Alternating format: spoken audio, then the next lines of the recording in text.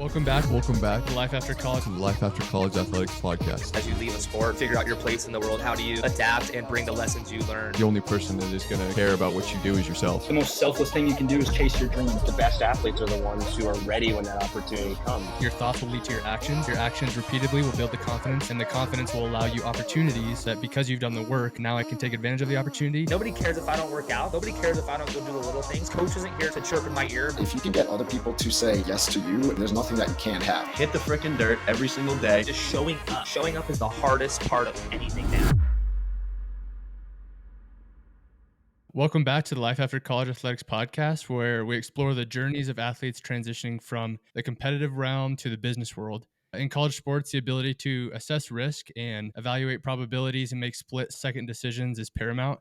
And this skill, often referred to as discernment, proves invaluable beyond the field and court. And so today we're honored to have a guest whose life basically epitomizes this skill set.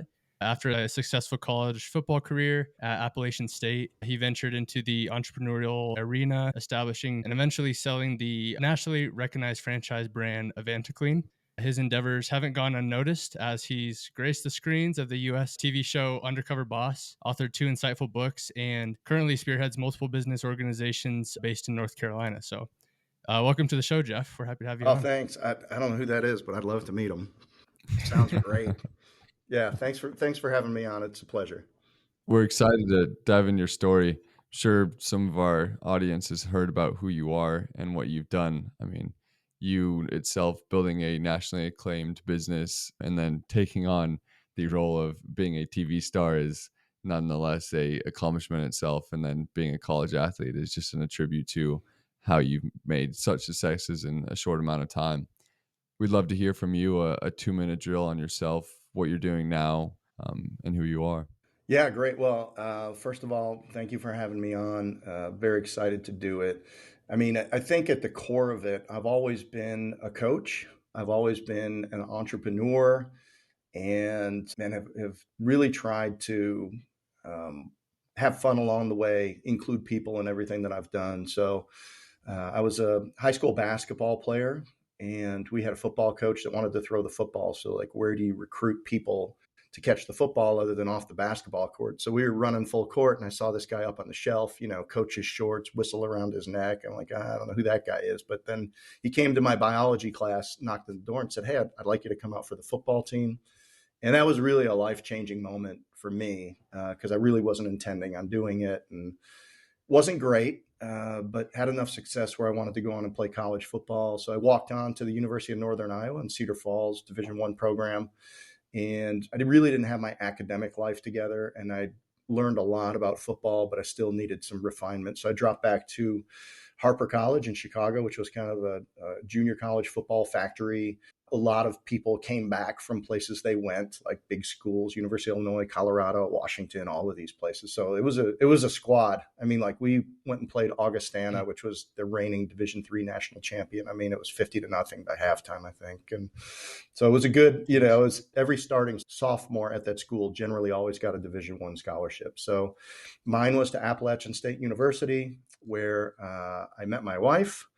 I started the painting business and I got serious about school. So graduated with a degree in marketing, started this painting business because I needed to pay for myself over the summer. I couldn't afford scholarship only covers during the school year. So, and there was just food service jobs, minimum wage plus tips, which was $3.35 back in the day.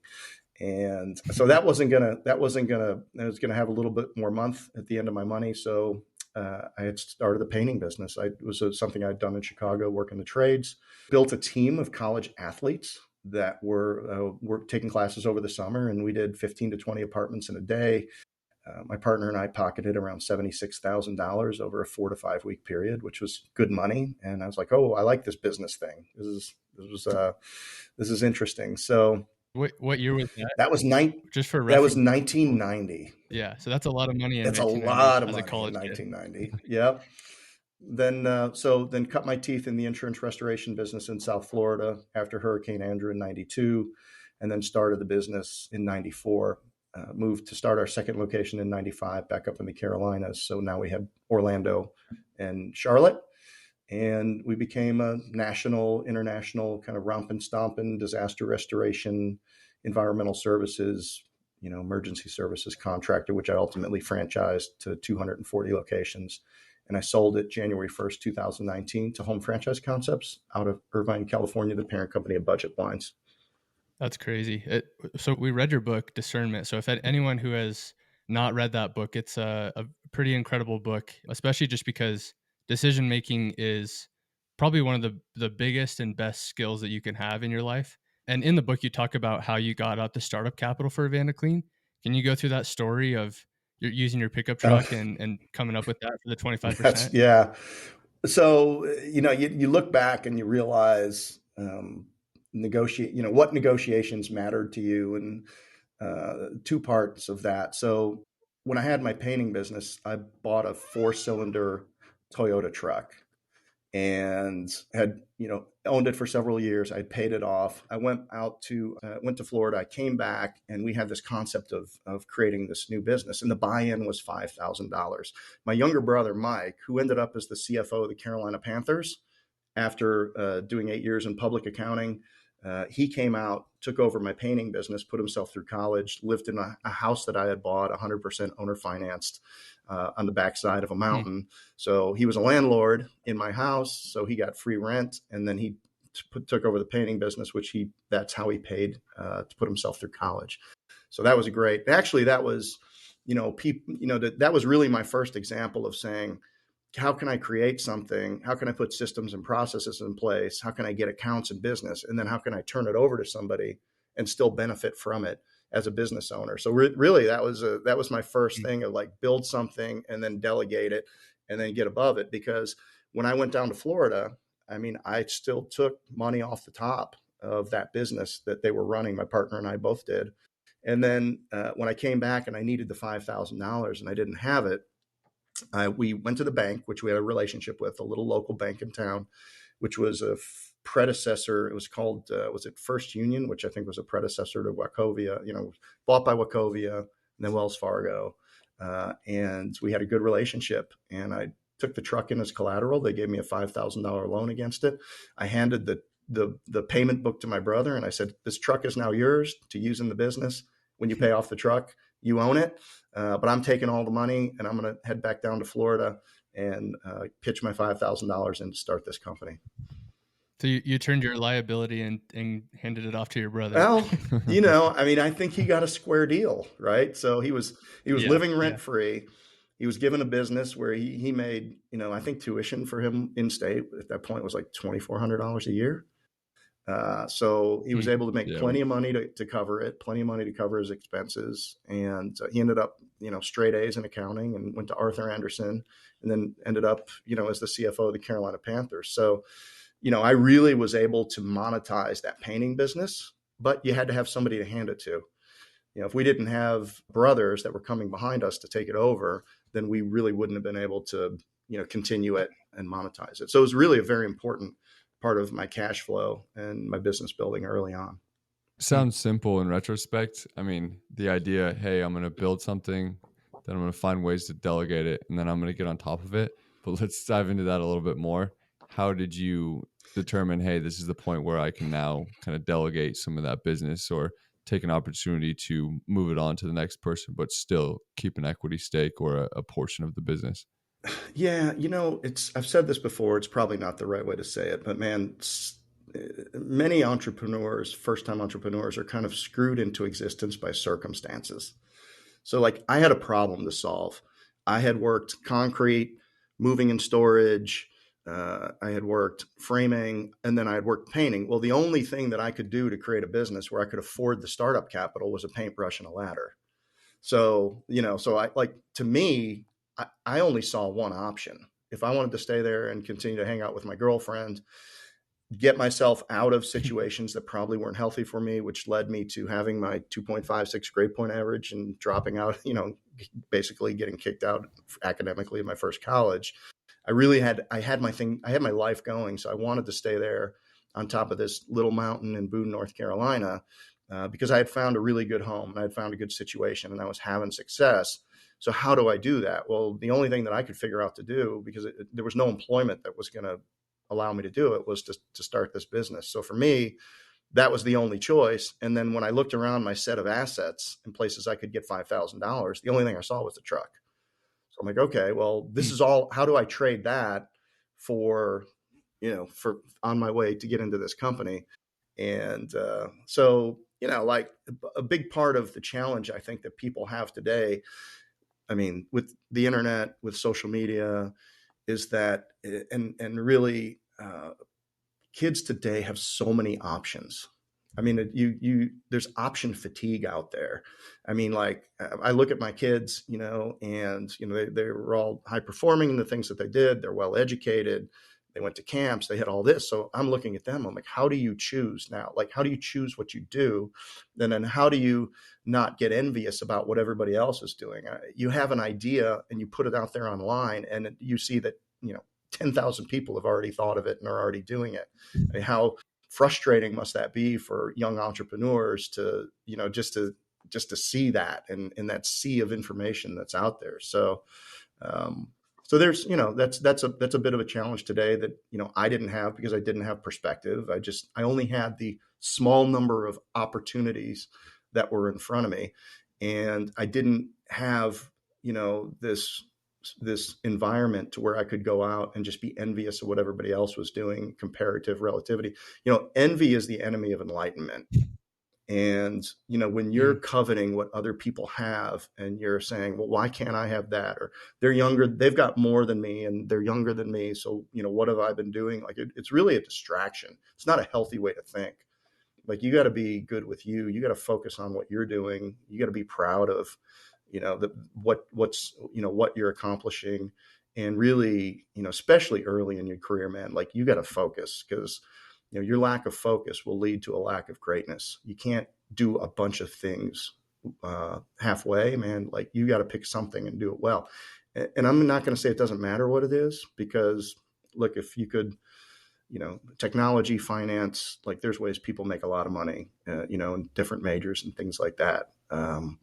But I went right back, with all my experience, man, I'm going right back in today into property services, because these are durable things that people need done that, kids don't want to do anymore, and it's hard to find. And if you can find a way to provide these services to people, needs-based, essential type services that everybody's going to need, forever, I think that's a great way to make, to make an impact, for my legacy and for what I want to do from here to the end. So that's what I'm doing. And that's, it's, I mean, like, but how you make your decisions, because the quality of your decisions impacts the quality of your life and the velocity of your business. And nothing is 100%. Anything can go to zero.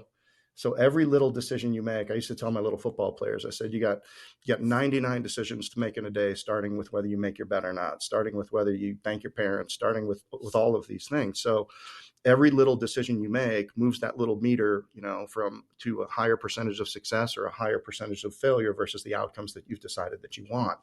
So your ability to make better decisions, big ones, little ones, all day, every day, what you do with your time, what you do with your attention, who you put around, what rooms and what floor you get off the elevator at and who you find there, the rooms that you put yourself in, like all of those things have a compound interest effect on your life. And as well as I do, like if you're paying interest and everything you have is a depreciating asset and it's all lifestyle, like that will impact over time your finances and your wealth, as opposed to if everything is in a positive way. You're investing in growth stocks. You're not paying interest. You're practicing some delayed gratification, and you're investing. You're saving. Same thing with your time. Same thing with your attention, and same thing with your decisions. Yeah. You mentioned something in the book. It's create more than you consume. And I think that's super powerful for anybody and everybody. And there's a lot to unpack on what you just said. And going back to, hey, how can I not be envious of other opportunities? Because like you mentioned, for even Jake and I, there's so many different avenues we could take even beyond the starting position of our careers. Sure. But it doesn't have to be, hey, I'm going to find something and just work at it because I think it'll make me money. You can take something that you're already good at, you already know, and make money off of it as long as you kind of focus on one or two things like you did. You were like, okay, here are my options. Here's something I think I know and I can build off of. So I'm Yeah. going to stick with it. And that's how you built the foundation. I think a lot of people get wrapped up like, oh, I want to do this. I want to do this. Yeah. But there isn't a reality check. And even for myself, like I get caught up in seeing something on social media or something in a Reddit channel, like, hey, here's a new opportunity or here's a new idea that you can take on. But if you just focus on one and become really good at it, can lead to that opportunity to build the ultimate platform that you want to build. People make their wealth. I've seen this over and over. I heard this years ago, but generally people make the majority of their wealth in a very, very short period of time. They spend 20 years getting good at something, and then finally that opportunity, their preparation meets opportunity, whether it's in market, whether it's in a deal, and then like in that 2 to 3 years, like they do the deal that makes them a lifetime of money. You make your wealth through concentration.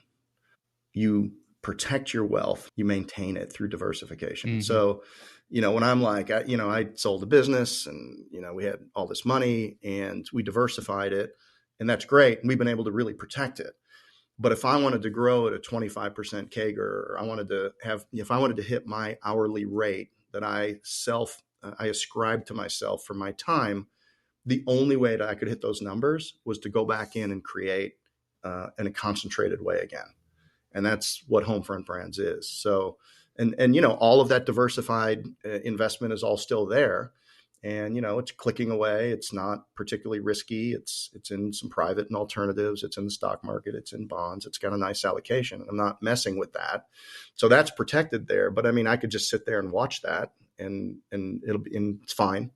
But if I really want to move to the next level, if I want to get in the elevator and I want to go back up 3 or 4 floors and I want to run around with the people that are on that floor and get into that room and make that, change my thinking with their thinking and impact my journey with their journey, then I've got to be out doing something. I've got to be building something. I have to be bringing something to the table, something that I can teach them, something that I can talk about, something that they can leverage and we can leverage each other. So now I'm back into the concentration mode of saying I'm going to focus on building, maybe not the biggest, maybe it is the biggest, but certainly we're going to focus on being the greatest. Before I kind of package this next question, because I want to touch on this point that you just made, is I think that, God gives you a certain skill set, and if you do not use that skill set like throughout your whole lifetime, that's pretty selfish of you. So, for example, like what you're doing right now, it's awesome to protect the wealth, and that's what you probably should do. But you have a true, unique, like God-given ability to go and create value and go to produce like something and create something from nothing. And so it would be selfish of you if you did not use that gift, like going forward, right? Like you could live another 50, 70 years. Like who knows? You're in God, great I hope shape. not. Like if you if you live 50 or 70 years and you're just watching that money protected and just watching it trickle every single day, just slowly going up, like that's boring. It's not using the best of your abilities and the God-given gifts that you were given. So I wanted to touch on that too, but I also want to package this next question because you talked about how many options we have, especially now with social media and young people coming out of college and they have no idea what they want to do. You talk about how the very first filter in any decisions you make should be based on your values. And if you have your core values set up straight, that kind of gives you like a ceiling and a floor to where you now can see through that lens. Can you touch on that? And then also about, you mentioned there's no absolutes, just probabilities. It sounds like you learned that from, you're hiring the previous CFO of Pepsi. Can you touch on that story as well and what he taught you? So on the values piece, like before you start out on any journey, like where's the compass? Like what do you, if you, it's almost like that line out of Alice in Wonderland. If you don't know where you're going, any road will take you there. So, like what's the compass? Like and how does that work with the sail on the boat? And so the first thing you need to do, and everybody needs to do it, is you need, know thyself. Who are you? what do you stand for? What won't you tolerate? It's different for everybody. I mean, your personal values and, what you're willing to do, not what you can do, but like what you're willing to do and what you're not willing to do. So you wrap that up and you do this. There's a great book called The On Purpose Person by Kevin McCarthy, man. It's like, and he has like the On Purpose Me website where you can go. And I think for $2.99, you can run through this purpose exercise to figure out, and you end up with this ing, word. I exist to serve by transforming leaders, inspiring entrepreneurs, whatever it is for you. So you end up with this kind of North Star of your purpose. And it's probably going to change over your life. If you grow, and, mine changed a little bit when I had smaller children. And then as they got older and where I was in life, I ran this exercise 3 different times, and it came, and there was variations on a theme, but like, that's your North Star. And then you don't make up values. You look at the history of your life and you pull them out of who you are. Now, there might be some things about yourself that you want to change. So, for example, our values are live fun, be humble, respect others, be a servant leader, fail fast and move forward, trust yourself to take chances, always do more than is expected. Okay, like that's pretty much what I had on the fridge for 15 years. And don't think for a minute that they don't get in the heads of the people that are getting the juice boxes out of the fridge. Like, they read them every day. So it's like, okay. So you see the evidence of having, the consistency of, setting this framework, these boundaries, your culture, whether it's a family or it's a business, is, your culture is the organization's memory, and it lives in the stories and the unique language. So that's unique language that kind of frames out like how you should make decisions in your life.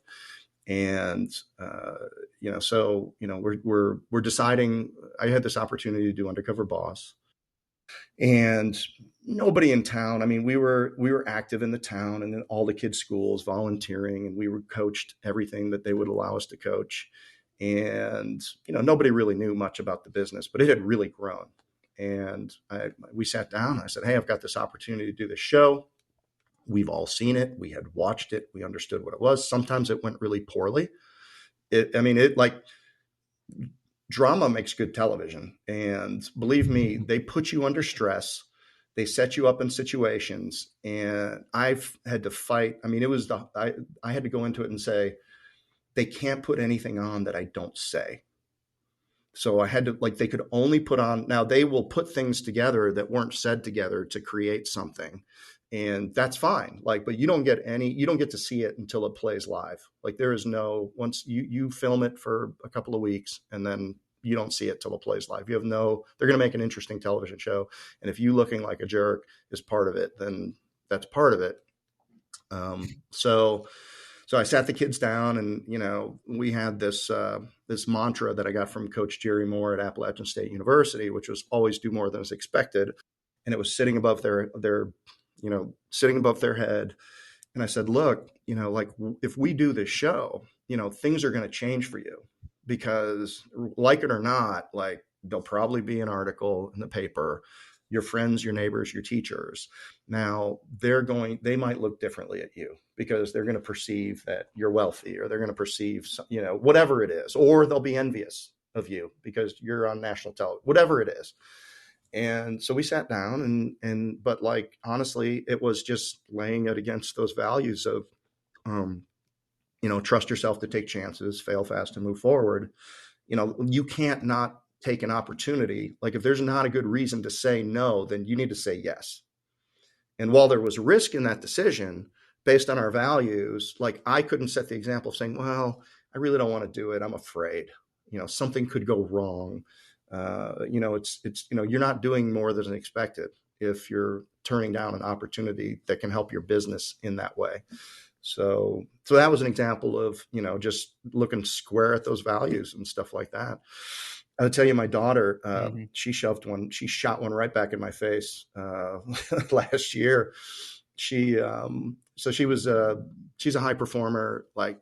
She's not only is she a multiple time world champion equestrian, She also played on the women's 19U national soccer championship team as a 16-year-old. So here's a kid that's just quiet, de minimis, big glasses now. I mean, and she went to Clemson, got a 4.0 in accounting, and then she got into law school and she got into NYU, which is expensive.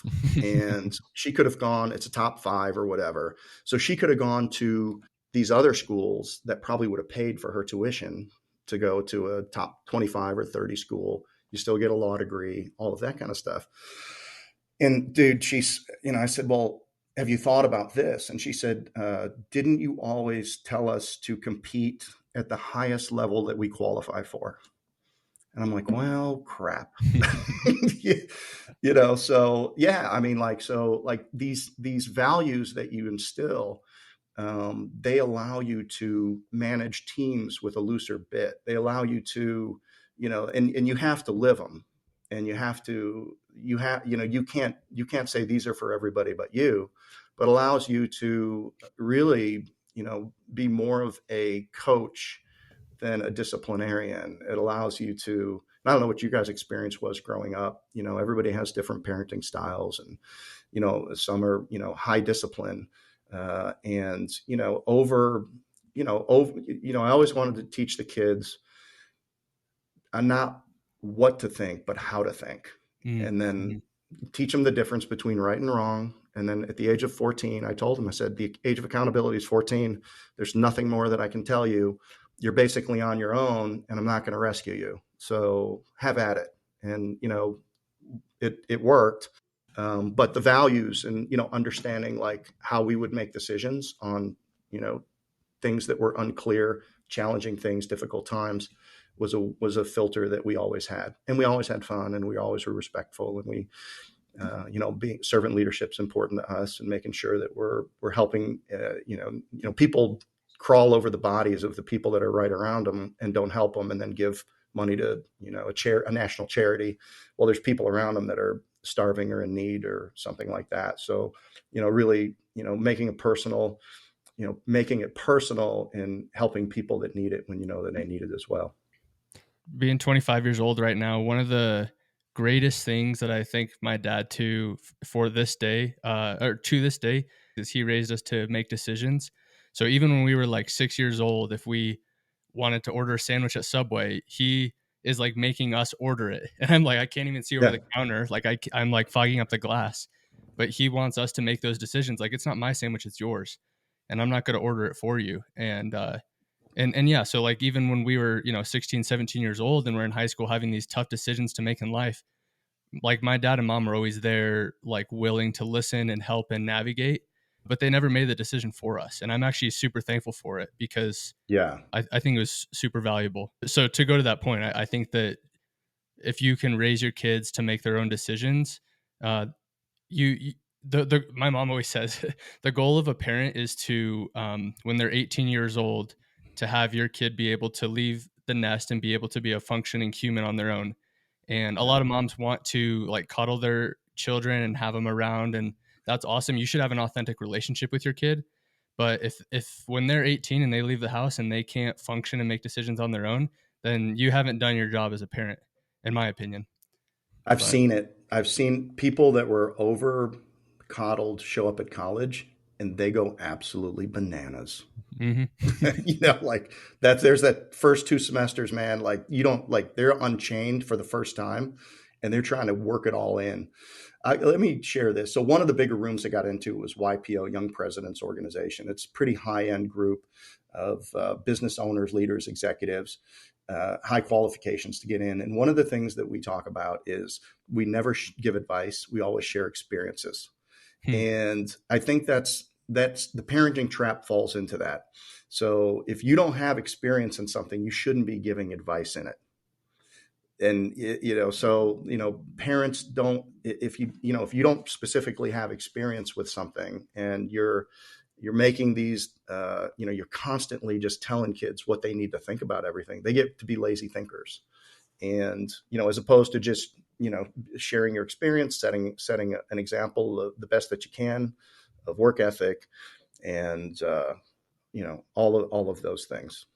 One thing that I carry with myself, and sorry to go back, is at the beginning of starting this podcast, I had a thought in my head, like, I'm a little worried about what people are going to think about me. And I don't think it was from the sense that, like, oh, like I care all about what people see me and view me as. It was more like, how am I going to reflect myself on what people will see me as? So it's more of like a personal thing.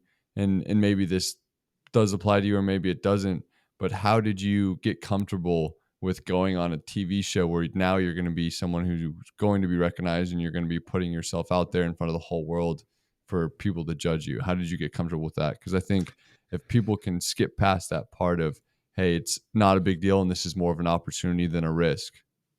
Yeah. So one thing, whether it's public speaking or which a lot of people have problems with, or doing this podcast, you just have to realize it's not fatal. It's just not fatal. It's not, if you die during this podcast, it's from other life choices. It's not due to the podcast. It's not due to what people think about you. So, and that's, so when people, I mean, anybody out there that is uncomfortable speaking in front of people, here's the reason why. It's because the eyes. So tribally and, fight or flight chemically at our core, if all the eyes are on you, then you're outside of the group. And if you're outside of the group, that means you're unprotected. You're going to get eaten by a tiger. You're going to get stoned. You're going to get beat with something, right? So you want to be in the group. You want to be in the tribe.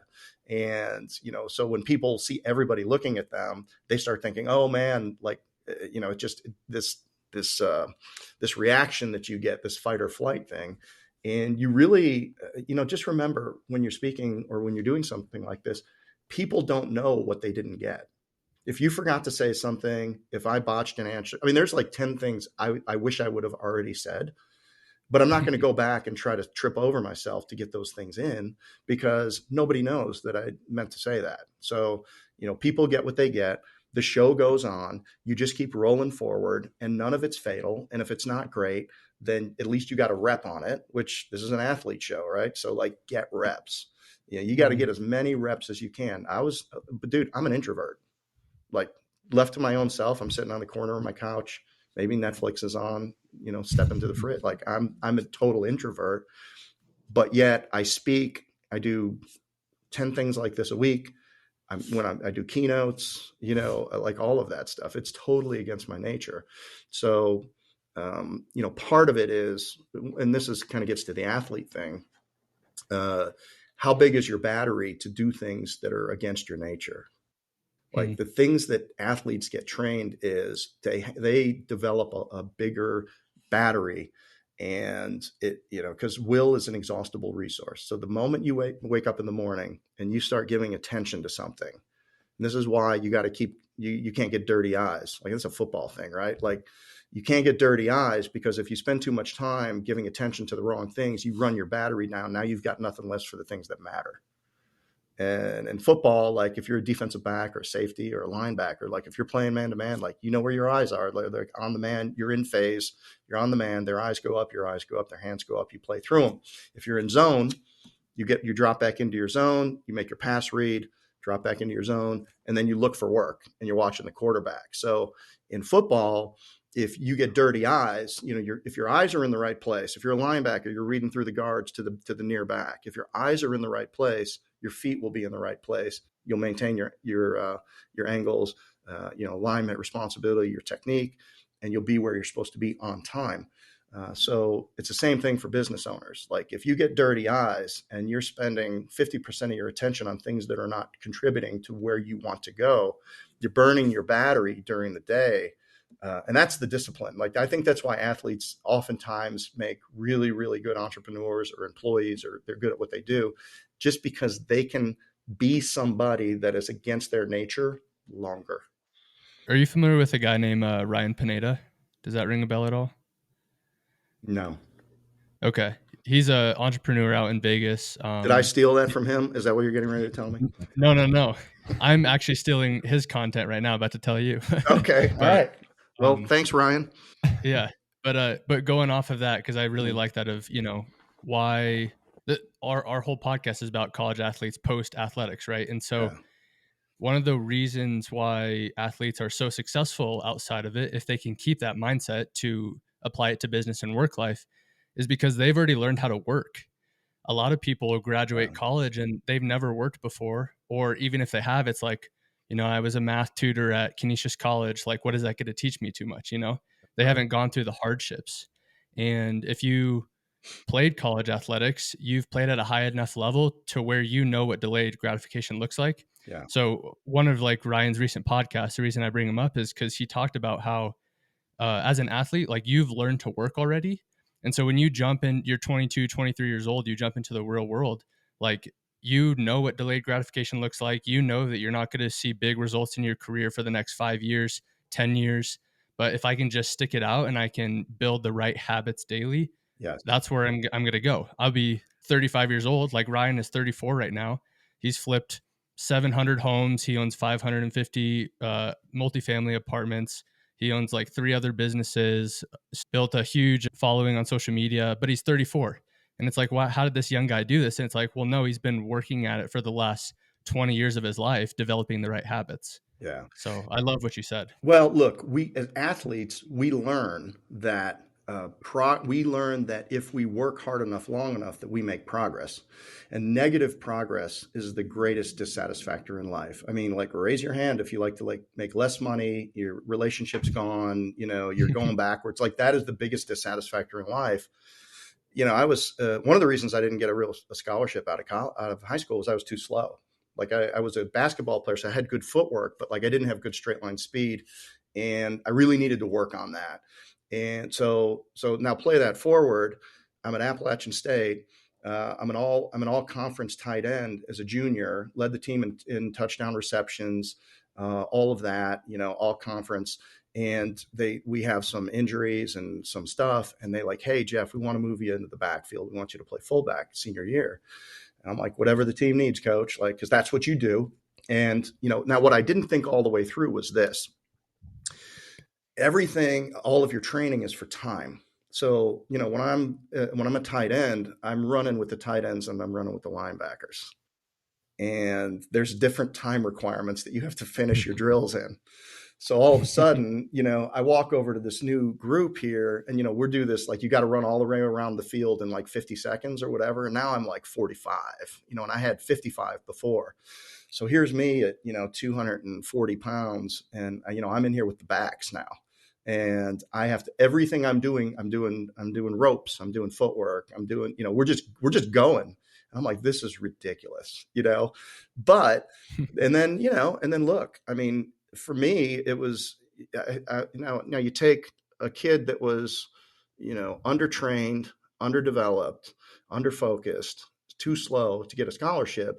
And then that year we played Clemson, and I was first guy out of the tunnel as a captain, starting in the backfield in front of 77,000 people.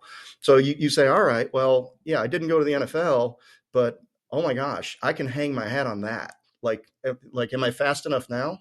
My grandfather was one person. He told me I was too slow. Like, that was, we say, when you say something to somebody, I always try to say like things that I think people need to hear that are positive, because you don't realize, like, that little thing that you say to somebody might stick with them for years and give them encouragement. And it also works the other way. Like, that's like, dude, this is 40 years later, man. I remember where I was when he said that to me, and it hurt my feelings, but he was right. And I'm glad that he said it to me. When I dropped back into junior college, one of the things that I realized, I said, well, what is speed? It's flexibility times power times explosiveness. So I spent, in addition to, while I was in junior college, I took Taekwondo just for the purpose of leg flexibility. And man, I got really, really flexible over that 18 months, because it's all kicking and stretching and all of that kind of stuff.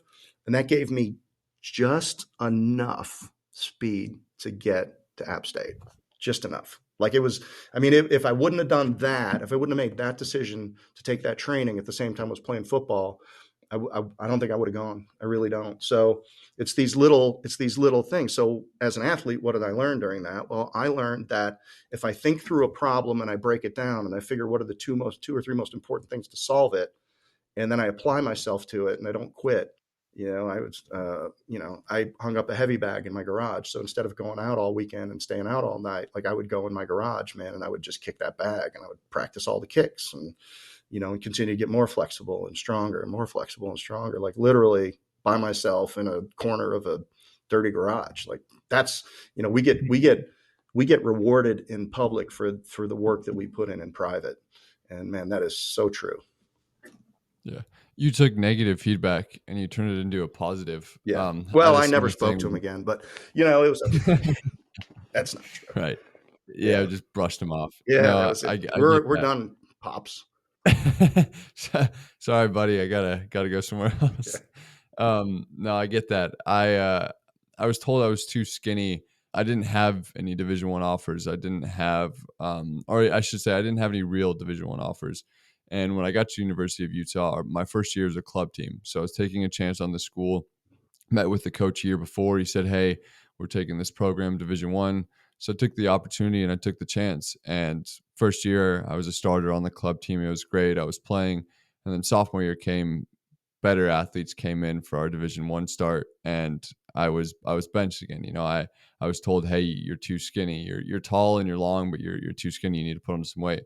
So I didn't take that as a negative. Like, damn, like maybe I'll never play. I took that as like, okay, here's something that I need to work on, or here's an opportunity for me to get better. And by junior year, I was starting again. Senior year, or 2 years, I was a captain. Totally changed my trajectory. Same with you. You took that negative feedback and turned it into a positive opportunity. Yeah. We need to hear it for what it is and see it Mhm. objectively. Yeah. I think there's a lot of things that people miss out on because they don't have to be an athlete to succeed or have these character traits. It's merely going through trials and experiencing things and putting yourself in positions that will be uncomfortable. It has nothing to do Yeah. with being able to be athletic and shoot a basketball, throw a football. It has things to do with building some thick skin, building character traits, learning to love learning. Yeah. There's a quote floating around on the internet right now. And I had somebody on a podcast and one of my last question is like, if you had one sentence to invest in somebody else's life, what would that be? And this person, I won't get it exactly right. And I've seen it on the internet in other places, but it's basically everything that you always wanted or the dreams that you want or whatever, however it's phrased, is hidden in the things that you're in the work that you're avoiding. Like everything that you want is buried within that. You'll find it in the work that you're avoiding. I just thought that was so true. And people, look, if you're good, you do strength finders and you want to play to your strengths. That's why we all started this with know yourself, because you need to be successful in building any team. You need diversity. You need diversity in all the things, race, skill set, thinking, sometimes, experience, all of these different things. But when you're building a team and you're towards some concentrated focus type outcome, you don't want diversity in values.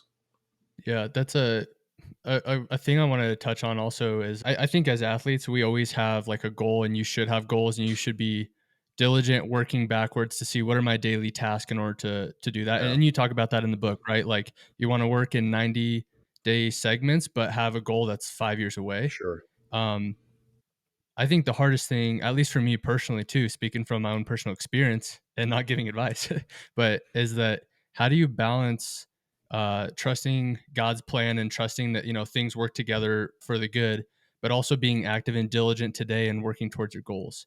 How do you balance those like two ideas of trusting everything's going to work out, but also being diligent and putting in the work today so I can achieve those goals?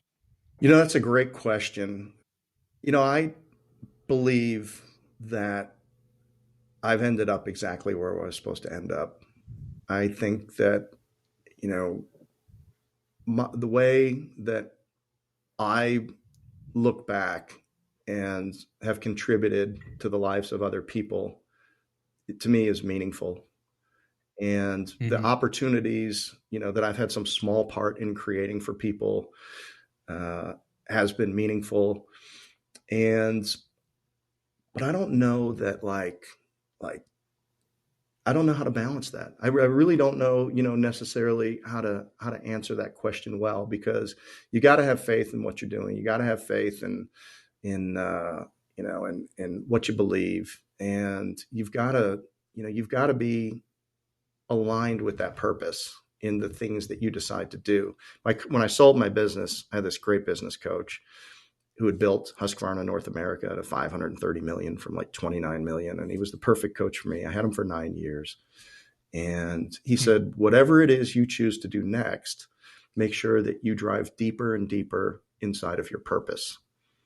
And so I do that. Like one of the reasons that I exist to inspire entrepreneurs. Like that's a big part of what I do. And now, we inspire, we entertain, and we educate entrepreneurs, because I believe that from a purpose perspective, that anytime that there's a shrinking middle class in any country, that is a horrible situation, and it never ends well. So as we see wealth get, the rich people getting richer, and then, the wage people, struggling to increase what they have versus inflation and all of these different expenses, that offends the middle class. It makes it smaller. So, I sold my company at 50. And to your earlier point, which I really, really appreciate, Jake, was that you said, it's a crime to just take everything that you've learned and go run away with it and, take it to a golf course or take it to a fishing boat. So I looked at it and I said, well, what do I have? And that's a really good exercise, by the way. And this guy built Husqvarna. He said every $100 million that they would get friction, they would get entropy, and they would have to take everything and put it out on the curb and only bring the things back into the building that would get them to that next $100 million. So as you go through these seasons of your life, you've got to take stock to be able to like put everything out there and clean, some things don't come back. It might be relationships, it might be habits, it might be beliefs and these types of things. And then you only bring the things back in to the kind of new improved you that are going to get you to that next level of kind of where you want to go. So, as you think about like what you decide, the impact that you want to make in the world is, if, you can say what goes on the billboard, you can say what's going to be on my tombstone, what are people going to say about me, at my funeral, you can do all of those types of things. And, there needs to be some direction and intention with the impact that you want to make. And then you just start working backwards. And that starts to really inform your thinking about what you do. And, I don't, you've got to trust that your purpose is informed by your beliefs. And then the rudder that you have in your hand is consistent with your faith and the impact that you want to make. There does need to be alignment there, because if you just leave it, and then you've got to trust that if you work as hard and you make decisions against the values and you pushing deeper into your purpose, there's going to be things that's so clear to you that might have been opportunities where you might have made money or you might have done it, but those things are out because it's not aligned with who you are and where you want to go. And then I think, then it becomes, well, if that's my purpose and these are my values, then who do I need around my table? And that really accelerates you. Like I said this thing, and it was just something I thought of this morning. It's this elevator concept. You get on at the ground floor, and then you're in some certain floor of a building and you're running around, but at some point you're going to say, I got to get to the next level. So then you get back on that elevator and you go to the next floor, and now there's a whole new set of relationships, networks, opportunities, skill sets, and all those things. So now you run around on that, and then you just, then you go to the next floor. And what I found in life is there's always another group to get involved with. Like, you can start in Vistage, or you can start in a BNI group locally. And, this is for a small business owner. Then you can go into something like EO, Entrepreneurs Organization, and then you can, and that's kind of the same as YPO, just as a slightly smaller entry to get into, but it's a Vern Harnish organization, incredible organization. Then there's, YPO. And then there's actually something that I'm in called CEO, which is limited to 2,000 people worldwide. And we currently only have 1,700 members. But like when you have to go through YPO and be in leadership to qualify for CEO. So now I'm in CEO, and it's mostly billionaires and people like that are in that group. And then there's another group that I don't even think has a name, but it's like 50 people. And you can imagine who's in that. It's, they're usually on somebody's super yacht having a meeting or something like that. So like you just, as you keep going through life, and then there's things like Strategic Coach or the Genius Network and these other, super high end and all kinds of masterminds and things. So, you just kind of have to plot like as you're going through your career, you have to be very intentional about the people that you put yourself around and, who you're interacting with on a daily basis. Cause I'm telling you, it's, each floor of that building have a certain level of limiting beliefs that all those people are going to share. And they're going to have a certain way that it's interesting as you go through these floors in the building and you keep climbing your way up, how differently people think and how differently they act. I mean, I went to like a $50,000 event, I got invited as a guest. And, there's a guy up on stage. He owns $1.2 trillion worth of patents or something like that. Like, okay, well, how do you have to think to get that level of patents? And why? And then, the education was, I need to look back inside of all my businesses and there's all kinds of patent opportunities that we're not making. And there was this 80-year-old gentleman that filed for 75 patents in the previous year based on the conversation he had with this guy. So, there's always another evolution of thinking. It's just like, okay. And it's just like, and by the way, it's just like sports, right?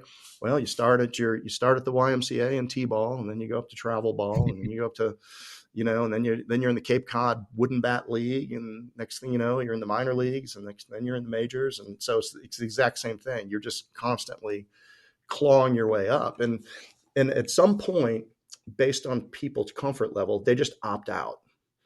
They say, I can't go, like entrepreneurs cap themselves where they're comfortable, risk, workload, reward. I don't deserve to be in that room, and honestly, if you look at a lot of the really, really change agents, whether it be Jobs or Musk or these types of people, a lot of them have, kind of these little fringe mental things, autism, some spectrum thing or ADD, like a lot of these really, really, super intelligent people that you can't imagine how they did these things. They just don't have the ability to put limiting beliefs on themselves. I mean, they don't. So like, there's just, well, now that I've conquered Mars, I think I'll do cars. And then maybe a solar company, and what else am I going to do? I don't, and it's just like, there's nothing that's going to tell him no. And he's smart enough to figure it all out. So the question for him is just, why not? And, it's amazing to see at that extreme level, how that applies to all of us normies. To put a picture in like other people's mind, because I've heard this analogy of, it's almost like climbing a mountain, where the base of the mountain, is super easy to breathe. No work is required to get to that, initial part. And it's so wide that it can fit so many people. And then as you climb up the mountain, that radius gets smaller and smaller. It gets harder to breathe.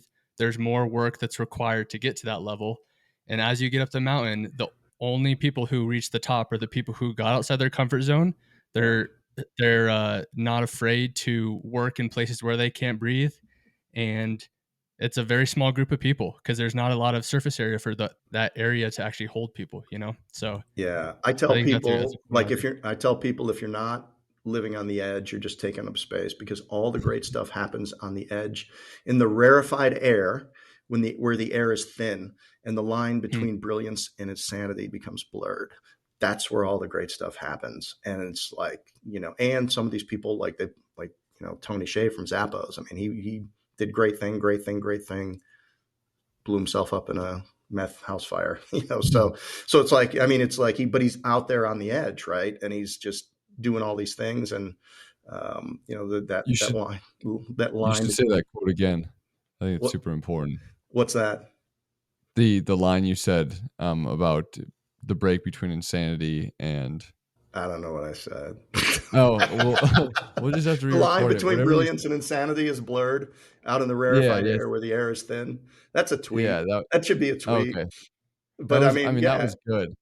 Well, Like thanks, like man. Sometimes, if you throw even, you throw enough words out there, sometimes they get in the right order. But I will say this too, and before we leave it about these limiting beliefs is so when people get I'm going to challenge everybody out there that's listening.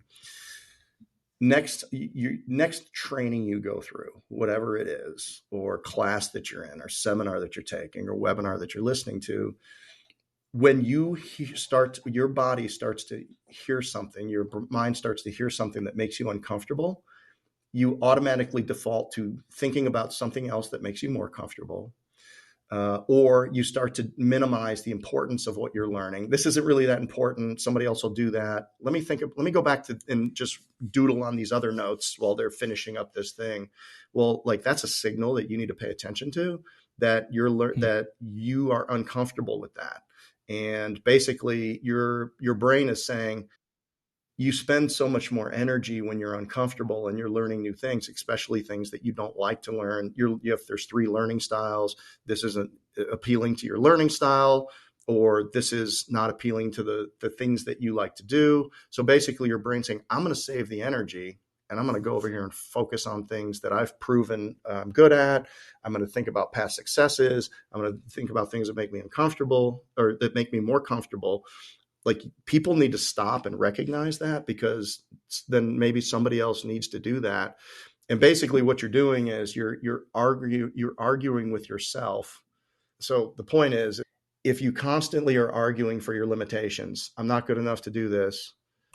I can't, people like me don't get this opportunity. It probably won't work. Everybody's always doing it. And you're constantly building that Minecraft wall around you and just putting yourself in this box. Then your decisions and your actions are putting you exactly where you want to be. Like we all are sitting today, basically based on the battle that we had with our self-limiting beliefs and how we were able to conquer them. And if you continue to argue with your limitations, you get to keep them for the rest of your life. It goes back to just, it really matters how you think, right? Like the quality of your decisions determines the quality of your life. 100%. We're programmable machines. Hmm. We're just programming. I think we're all pretty fast moving forward, and we like the opportunity to continue to think like we're moving forward and continue to grow. But sometimes it's beneficial to not turn it off, but set it to the side and take a break, like live in the moment. I noticed myself included miss some of those opportunities because I don't take time to live in the moment. How do you take time to live in the moment now, since you've exited the business? Might be a little bit easier, but during the heat of building a business. Yeah, I mean, Deion Sanders spoke at our conference, and he was a great speaker. And he said one of the things that landed and people really resonated with. He said, "Be where your feet are," and that stuck with me. And so, if I'm in a conversation with somebody and my brain starts running away to the next thing, I've gotten much better about just being present. There's a great book called The Present, by the way, if anybody needs help on that. Like, it's exactly what it is it's a gift, but the gift that you give people by being present is incredible. And it's not interrupting. And the funny thing is the deeper relationship we have people, the less considerate we are in listening to them well and all the way through. And, I mean, my wife and I are constantly interrupting each other. It's like, did you even hear what I said? And I'm like, well, I had moved on. So, I mean, I relate to that a lot. yeah. Oh, you know her? No, my wife, like, Oh, my wife's always like, "Did you hear me?" I'm like, "Well, yeah, like I heard the first couple of sentences, I got the main points, and now I'm like on to something else." And yeah. yeah, and then it gets me in trouble, and then yeah. Yeah. Well, I mean, can I share some relationship advice with you? Yeah, please. I'm Yeah. 25 And years old. I need it. yeah, we've been together 35 years, and, we're married since, 95. So here's in a nutshell, right? healthy conflict is important. And you really want to avoid these big blow-ups. So what I do, and it takes a lot of energy, is I do as many things I possibly can, just a little bit wrong. And here's what I mean by that. We've done Starbucks 500 times, but I still text my daughter to ask what my wife gets. Now she knows, like, I know what she gets, right? But now I've got my daughter texting my wife, and then my wife saying, "Does he even know me at all?" And you've got this whole little thing, and they can't believe that I can't remember what her order is. Or if I go to get ice cream, I know exactly what she wants, but I get something, and then with little flecks of chocolate in it. So doing lots and lots of things just a little bit wrong, so that you have these little conflicts over time, is it heads off those. It diffuses the whole friction of the thing. It takes a lot of energy to be able to do that many things as I do, slightly wrong all the time. And I, for one, think my wife appreciates the effort. I love that. I've never heard that before. But yeah. I'm not sure I recommend it, but that's the way I do it. I go to the grocery store and I ask if she needs anything, and she texts me right back. And then I get in the car and I call her and I say, "I didn't see your text." And she says, "I texted you right back." And I said, "Well, I didn't think to look at it." And she says, "Well, then why did you ask me?" And I've got the stuff that she asked for in the front seat. And I say, "It's not a problem. I'll go back in and get it." And then, I wait 5 minutes and then I leave. And, so you've got to create these opportunities, right? Because if it wasn't for that, like, what would you even talk about?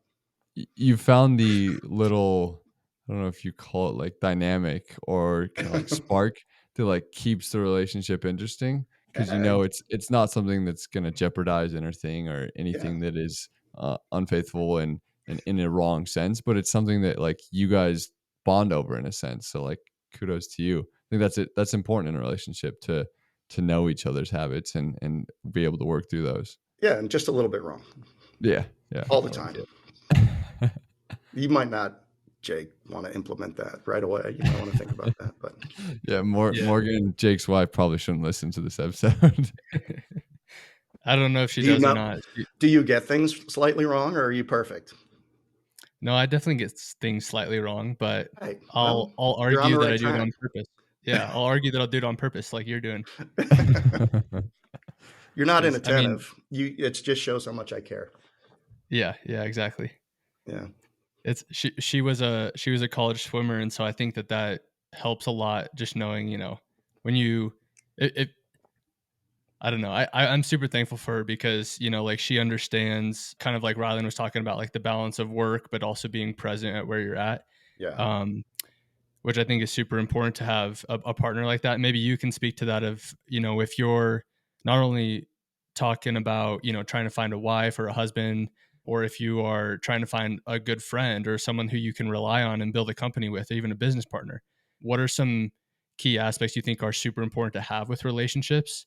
And how does that tie back to values that we talked about at the beginning of the podcast? Alignment is key.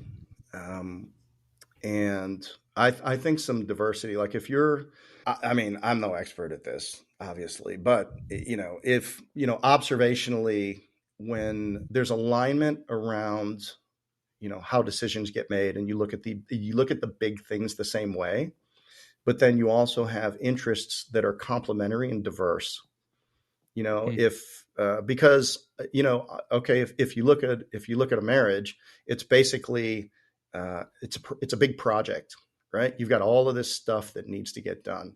And if everybody just wanted to, do the same stuff, and nobody wanted to do the other stuff or was willing to do the other stuff, now you've got a gap, right? So for us, I can only speak for us, the things that she wanted to do were exactly the things that I valued in her doing. Giving up a career, staying home, making sure that, paying very close attention to the needs of the kids, doing all of that stuff that, was really, really important to me, but then also supporting me in my ability to go and build a business and to be able to provide. So like we had a pretty good vision around what family meant. And we also both valued our roles inside of that. So for us, it worked. And it gets, it's work. It's work. I mean, nothing's perfect. There's a lot to go through over the course of a lifetime. But I think, I think you got to constantly work on yourself to be better for other people. Says there was a quote, a person wrapped up in themselves makes a very small package.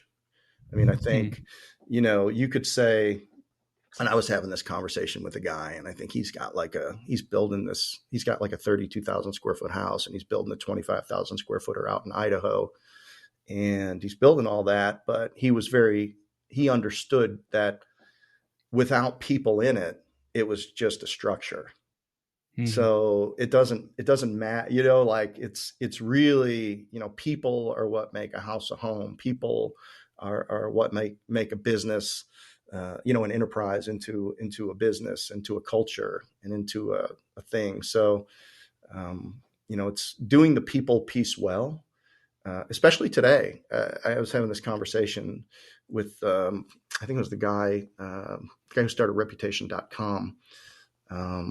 He was on the podcast, and it was really interesting that AI is, so many of the skills that people did, like coding and maybe even marketing campaigns and a lot of this writing, a lot of the more technical things, like AI is able to do a lot of that now. And more so. So, write me a computer program that does this. I mean, imagine that. It used to be, people, on a ping pong table with 8 computers working day and night to build something like that. And now it's, hey, there's a tool that will build that for you. So the people piece and doing the people piece well is going to be a really highly sought after skill, more and more so. Google built their entire business on hiring creatives. Brilliant creatives. If you read the book, How Google Works, man, it really, they tell you exactly who they built that company with. And creatives, asking the right question is almost as important today as having the right answer. How do you phrase the question? What are you looking for? Like, because there are tools that will now give you the answers. And then, of course, people that understand the human side of it, the human behavior side of it, the people piece of it, those are the people that have to put the final touches on the stuff to really make it palatable for humans. So we'll see where this economy goes. I mean, look, NVIDIA, I mean, people are voting with their dollars with NVIDIA, and NVIDIA is creating AI chips. And I mean, all of that is accelerating rate.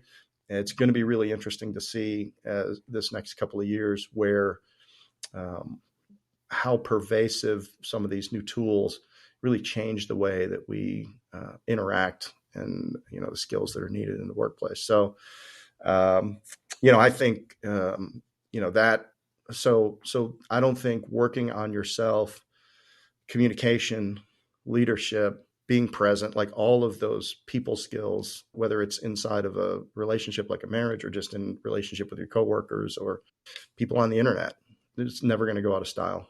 Yeah, I even think just previously working as a software engineer, everything is an algorithm, especially like with social media. And so I think that, a lot of people are blaming their feed for stuff that they get exposed to. And it's like, no, bro, like you are putting the inputs into that. Like if you put good positivity and you're liking the right things and you're following the right people, like that, your feed will reflect that. So even just social media is like an input output equation too. Yeah. So like I had Fred Reichel down, who's this week on the podcast. It'll be out in a month or so, but he was the founder of the Net Promoter Score. Are you guys familiar with that? Mm-hmm. So yeah, a little bit. Yeah. So Net Promoter Score, basically the big question is, would you recommend this business to a friend and family? Would a consumer come back, buy more, and bring a friend? Like that's it. That's at the core of it. And he says that is the metric at the top of the house. And we got into this conversation. He says the surveys get jaded or they get influenced because people know the answer that they want. So salespeople, technicians, or whatever, they'll even influence a better answer. So it's not really an objective thing. But now with all the tools we have, we can actually measure consumer behavior. And I think that social media is the absolute purest environment of that, right? Because Facebook, Instagram, TikTok, They don't ask me on a scale of 1 to 10, how much did you how much do you like that? They just measure your actual behaviors. And then they just, so sharing something is bringing a friend. I shared this with somebody, or I shared it with everybody. That's bringing a friend. Coming back and watching more of the same is coming back and consuming again. So without the use of the survey, the social media people have figured out, like, hey, that's at the core of it is, do they consume more of this, and do they bring friends?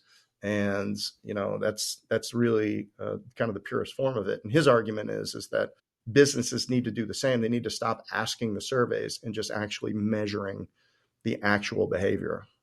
You're measuring other people's time. Like how are you using your time? Yeah. If you're using it towards my business, like social media stats are literally a measurement of other people's time. Yeah. I mentioned this 80-year-old, and he said something at this conference that I think everybody here should maybe think about a little bit.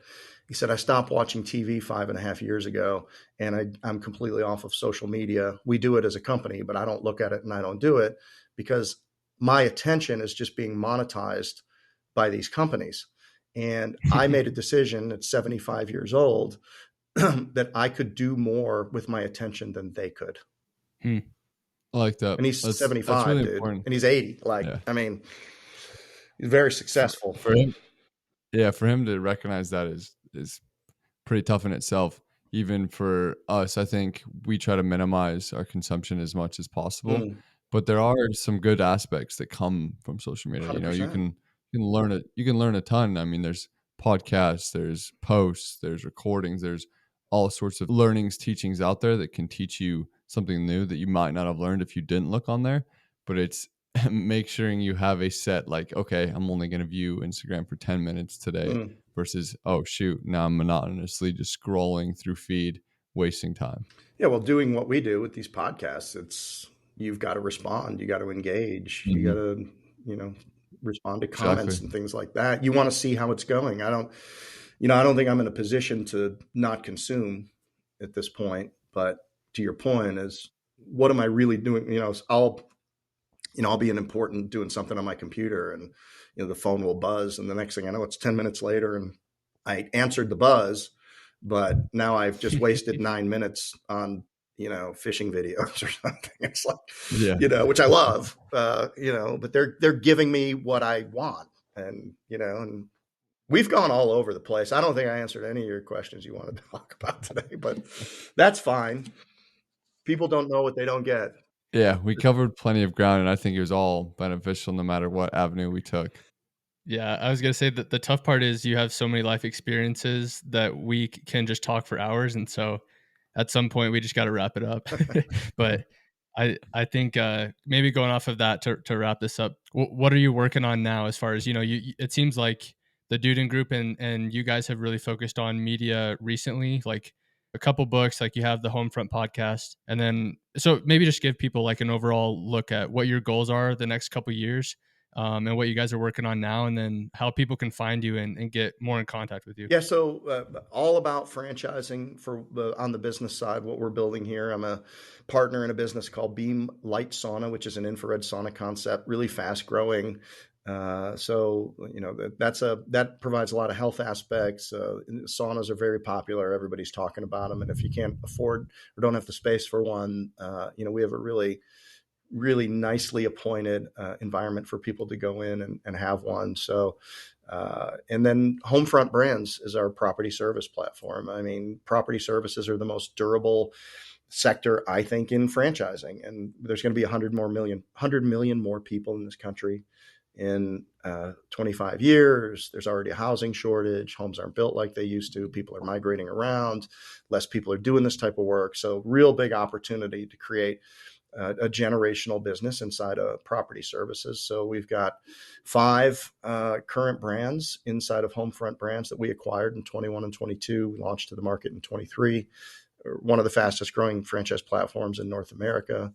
I don't really have all the stats on everybody, but I mean, we've gotten after it and done a really, really good job. Incredible franchise partners out there.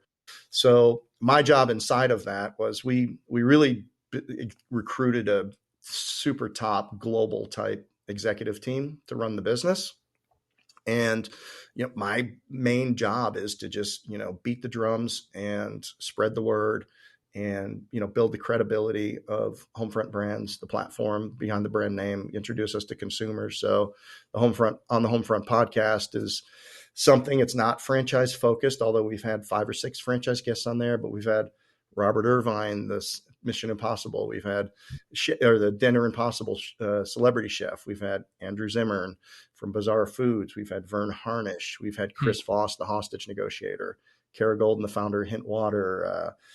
Stacy Madison, Stacy's Pita Chips. And so we've got, and the guests are getting bigger and bigger and bigger and, more notorious as we go. So people are really consuming the content. I mean, we're 300,000 to 500,000 downloads a month now, and we're not even a year into it.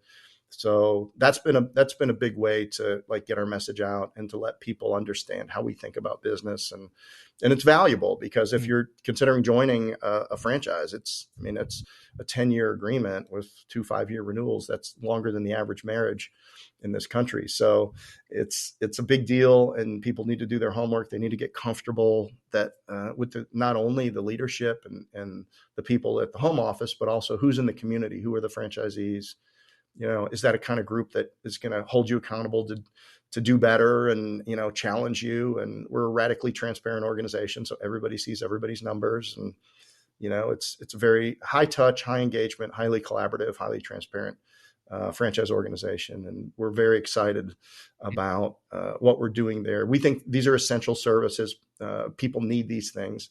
We work in hospitals, we work in institutions, we work in homes. So, we're really providing valuable services that people are going to need forever and ever and ever. So that's a big part of what we're doing. That's my day job is HomeFront Brands. Love it. That's awesome. If people can reach out to you in any way, or if you think they're wanting to learn from you, how could they reach out to you? If so, or they find you? Yeah, so always homefrontbrands.com. You can get to the On the Homefront podcast there. And you can also look at our brands. You can reach out to us there. You can reach out to me personally and connect with me on LinkedIn. Just Jeff Dudan is great. I have a big network there, and it's probably my preferred platform in terms of engaging through direct messaging and stuff like that. We have Instagram. You can follow us on Instagram, HomeFront Brands, or On the Homefront podcast, or just Jeff Dudan, either way. And obviously we have our Facebook stuff. I do have a private group on Facebook called Navigating Entrepreneurship with Jeff Dudan. So people, once a month, I get on there for 90 minutes, sometimes bring a guest or whatever. So if people want to, get on a call with me for 90 minutes a month, they can go to the Facebook group, Navigating Entrepreneurship with Jeff Dudan there. Or if you're interested in, joining a franchise, and want to learn more about that, just go to homefrontbrands.com, fill out a form, and, we will get back to you right away. And if you do want a free copy of Discernment, you can get one online. By the way, thank you guys for actually reading the book. You clearly went through it. And I tell you, I've had a lot of people, especially in your age demographic, that it has really helped inform their thinking about a few things. I mean, they call me and they're like, I highlighted like 100 things in there. And that's what it was for. I mean, at the end of the day, it's not this great, thoughtful read. It's just these experiences shared and then what I learned and what it could mean for you. I mean, it's not, my kids use it to shore up the Christmas tree, that's, anytime there's anything wobbly or, soak up water, Kool-Aid, whatever it is. I mean, that's how they use it, but other people can make good use of it. So if you want to get a free copy of the book, I think you can go to my Instagram, go to my link tree, and it'd cost you your email address and your name. But you can actually get an electronic copy for free, dropped right in your email, sent right back to you. And then we will email you incessantly until you unsubscribe. I highly recommend people checking out that book, especially our audience, because even just if you read the subtitle of the book, it's The Business Athlete's Regimen for a Great Life Through Better Decisions. And so, if you listen to this episode and you got a lot of value of what Jeff has offered, this book is just value packed of basically everything that we just talked about times 10. So, and it's really not that long. I think even I listened to it on an audiobook and it was just over 4 hours. And so it's super easy to consume it, I would say. So yeah. It has a good aspect where it's not a carry-on story, and it hits you with hardline punches that are truthful, real beneficial takeaways. And Jake and I both learned a lot from it. Appreciate that very much, and it's been an absolute pleasure to get to know you guys this morning and be on with you, and I'm just thankful for the opportunity. Yeah, same to you. We appreciate your time and hope you have a great rest of your Friday. We shall.